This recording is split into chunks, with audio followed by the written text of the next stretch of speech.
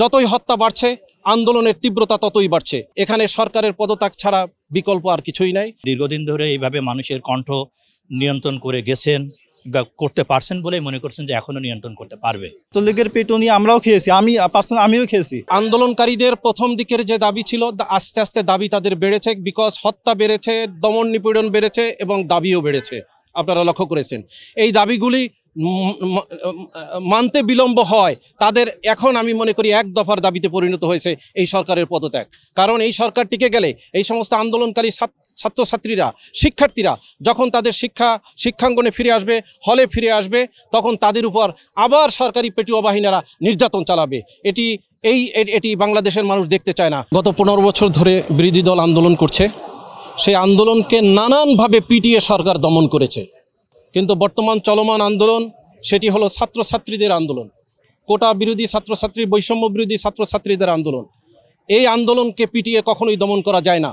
আপনারা দেখেছেন যতই হত্যা বাড়ছে, আন্দোলনের তীব্রতা ততই বাড়ছে এবং এই পর্যায়ে এসে পৌঁছেছে চলমান আন্দোলন। এবং আমি মনে করি এই চলমান আন্দোলন এমন জায়গায় রয়েছে, এখানে সরকারের পদত্যাগ ছাড়া বিকল্প আর কিছুই নাই।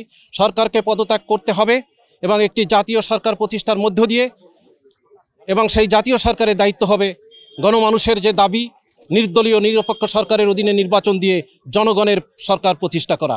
এর মধ্য দিয়ে এই চলমান আন্দোলনের পরিসমাপ্তি ঘটবে বলে আমি বিশ্বাস করি।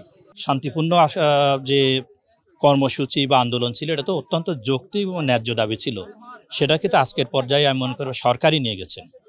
তাদের এই দাবিগুলোকে কোনো রকম পাত্তা না দিয়ে এবং জোর জুলুম করে দীর্ঘদিন ধরে এইভাবে মানুষের কণ্ঠ নিয়ন্ত্রণ করে গেছেন, করতে পারছেন বলেই মনে করছেন যে এখনো নিয়ন্ত্রণ করতে পারবে। কিন্তু সবসময় তো দীর্ঘদিন ধরে যুগে যুগে তো মানুষকে নিয়ন্ত্রণ করা যায় না, এটা সরকারকে বোঝা উচিত ছিল।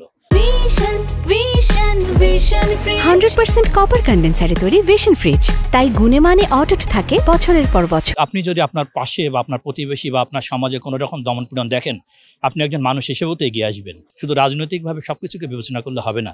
আপনি একজন সামাজিক, মানে আপনার সমাজ বা রাষ্ট্রের একজন নাগরিক, এই হিসেবেও তো আপনাকে বিবেচনা করতে হবে। আমার ধারণা সবাই তাদের এই রাষ্ট্রবোধ বা সমাজবোধ ধারণা থেকেই আজকে রাস্তায় নেমে এসেছে। আমাদের ট্যাক্সের টাকায় অস্ত্র কিনে আমাদের পিটাচ্ছে এবং আমরা আছি জাস্ট আমার ব্যক্তিগত তাড়না থেকে আসছি যে আন্দোলনটা, যে কোঠাকে আমরা 2014 সালে বা তার আগের থেকে আমাদের সিনিয়ররা চেষ্টা করতেছিলেন, কিন্তু যেটার জন্য আমি 2014 সালে এই রাজু ভাস্কর সামনে রক্তাক্ত হয়েছি,